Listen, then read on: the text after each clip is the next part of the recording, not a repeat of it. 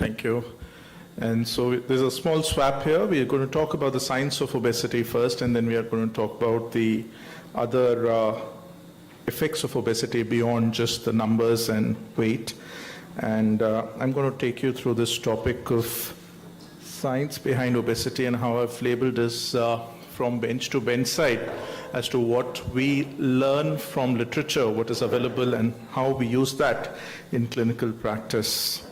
So I think I'll cover this topic by covering three broad headings. I'll talk about the physiology of weight regulation, and believe me, over the last 10 years or so, a lot has changed in understanding of obesity, and we'll look into that. We'll talk about the etiopathogenesis of obesity, and the important point to remember here is that every patient that we see who has obesity has a different story, and we really need to understand why that particular patient has the problem of weight. It's just not that one size fits all and we give a prescription of a diet chart or say that you eat less and walk more and that will work wonders for all patients with obesity. That doesn't work like that. So we look into how we assess the etiopathogenesis for that one particular patient who's actually sitting in front of you.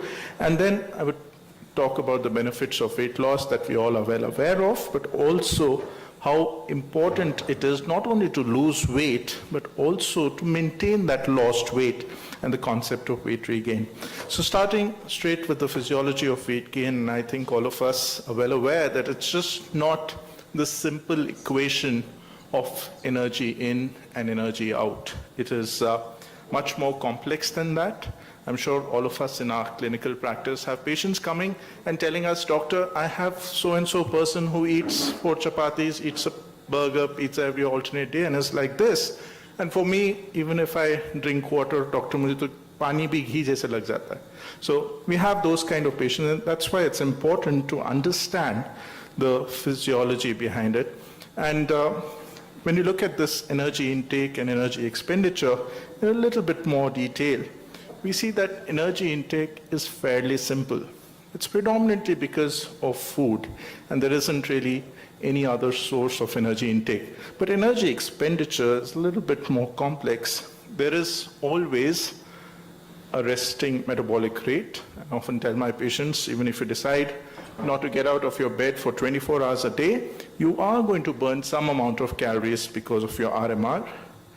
Yes, there is also thermogenesis, predominantly diet-induced, and this is where sometimes when you say to have normal amount of protein that you should have, because when we know when you digest protein, you burn more calories, so this is somewhere where weight management can play a role. And within physical activity, there could be physical activity which is not exercise dependent. We can't really do much about it. That's about our posture, our muscles that are working all the time.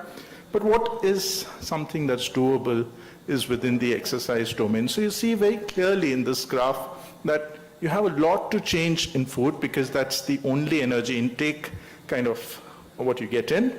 But for energy expenditure, there is a small component of exercise and a little bit of DIT, but overall there is a lot of it that you cannot change. So looking that food is a big thing, so let's understand why we eat food, or what is the physiology behind it. And there are three important things to remember. One part of it is the homeostatic eating. Eating because we feel hungry because of these hormones in the hypothalamus that increase your appetite. So this is quite fair enough. All of us do eat when we are hungry. But then there is also eating for pleasure.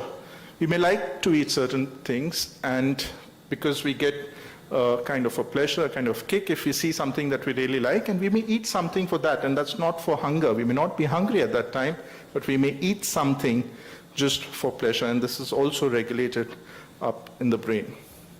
But the good thing is there is a third component, and the third component is voluntary. When we tell our patients with diabetes not to eat sweets, and even if there are sweets on the table, a good dedicated patient may decide by his or her executive function not to take that particular food item. So it is not that always food is only for eating. It can be for pleasure. it can be for executive function. Well, all of this is modulated in the hypothalamus by complex mechanisms. There are hormones that increase our appetite, there are hormones that decrease our appetite. And why, as a physician, we need to understand all these hormones are because more and more drug targets are being developed to target these particular hormones. So these hormones are also modulated by the gut, by the adipocytokines, by behavioral, environmental, and several metabolic cues that come back to the hypothalamus. So in short, cutting a long story short, we are speaking of obesity just not as a simple equation of energy in and energy out. It's much more complex. Today we recognize it as a disease because we understand this is because of the change in these neurotransmitters, change in these biochemical parameters within the hypothalamus, modulated by adipocytokines, modulated by gut peptides, and ultimately by environmental factors as well. And as I said before, like we have an omnious octate for diabetes, similarly, we may have an omnious octate for obesity, and we may have specific targets to manage these. And I think we are getting newer drugs which are helping to modulate these. And so with this, I move on to the second aspect of my talk, and this is on the etiopathogenesis of obesity. And as I said before, it is very important for us to find out why a particular patient who comes to visit you for obesity management has obesity. It's not always eating more, it's not always walking less. It could be because of hormones, could be because of genetics, could be because of psychological problems, could be because of depression, could be because of reduced physical activity. Many times it could be because of lack of knowledge of calories. Patient might be saying, "Doctor, I'm eating only healthy." They're getting this healthy Nutri-Choice, some kind of a cookie which they think is really healthy. They've never really realized that it is so calorie rich. So I think it is important to find out for each and every patient what is the root cause of obesity for that patient. And unless you do that, you really cannot treat your patient with obesity. If the depression is the primary problem, unless you address that, you're not going to get that weight moving down. Yes, there are environmental factors, socio-cultural factors, food and environment, but a lot of emphasis these days is also coming up from the genetic side. I think all of us today stay in a very obesogenic environment. But then why is it that some patients are morbidly obese, some are obese, some are very thin? Everybody is exposed to that kind of environment. So there is a genetic role, and what we've learned from different twin studies that weight is essentially one of the most inheritable trait in the human body. When we looked at a study, and this is in the community, in 300 mothers, these are old postmenopausal women, and their daughters who are married and settled elsewhere, and trying to look at their visceral adiposity, there's a very strong correlation. Even though the environment today is different for these daughters who are married and settled elsewhere, there's a very strong correlation about the visceral adiposity in daughters as compared to their mothers. Several genes have been described.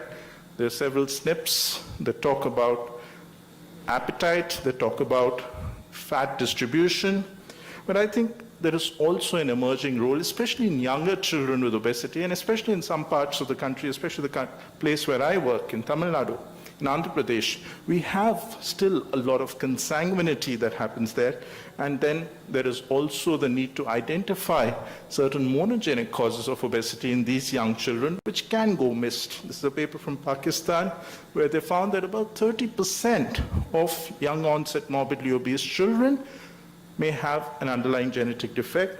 When we looked at data from Vellore, we found that about 16% of our young onset morbidly obese children actually have a gene defect. Why is it important for us to know about it? Today we can do these genetic tests for a much less cost with the help of next generation sequencing, but more importantly, today we have specific treatment. So if we find out somebody who has, they're just very obese, young onset obesity, obese children.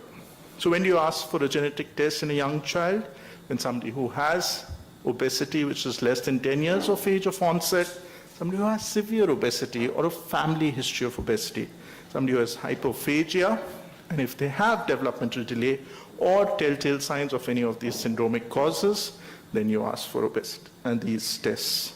So that's about pathophysiology of obesity. And the third aspect, which talks about the benefits of weight loss, which is there, but what is also more important is to prevent weight regain. And when you talk about weight loss, yes, we've all learned in medical school that about 5 to 10% of weight loss is good. It prevents development of diabetes, improves the CV risk, all these benefits that we know. But today we crave for more. We talk about 5%, but if you talk of 10 to 15% weight loss, we talk of reversal or remission of diabetes. We talk of better benefits in the lipids, in the fatty liver, in the blood pressure, and the CV risk. So overall, yes, weight loss has its benefits, and we want to crave for more. We don't want to stop at 5%. Well, we can achieve 5 to 10% weight loss with lifestyle, with dietary changes. This is a meta-analysis of different lifestyle studies for weight loss, including the Look Ahead study. But the problem is that even if we lose a lot of weight, the average duration of follow-up for these studies is about 5 years. Even if we lose about 15 kgs is the maximum weight loss. When you talk of weight maintenance, that doesn't stand for it. So even though the maximum weight loss with lifestyle has been about 15 kgs, the kind of weight maintenance is only about 4 kgs. And this is true even for if I use meal replacements, if I use intensive behavioral therapy. And therefore, there is a very important concept of metabolic set point, and that's why we need medical management of obesity, which largely helps to reset this set point. So what is the set point theory?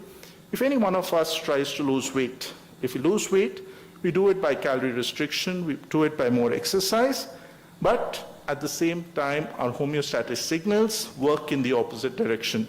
They change these hormones in a way that we increase our appetite, we reduce our energy expenditure, and therefore, the use of medications for obesity management that are there, some in the pipeline, some which are already there in the market, help to reset this metabolic set point and ultimately help to prevent weight regain. I think the biggest data comes from this famous reality show in the US, The Biggest Loser. And when we follow up these patients, not only for a few months, but even follow up for 6 years, we clearly realize that as people lose a lot of weight, their metabolic set point works in the opposite direction. What you see in this slide is that the resting metabolic rate is much lower. So the amount of energy they expend after losing weight is much lower. And there are several ways in which you can tackle the set point to prevent weight regain. So I think I'll stop here.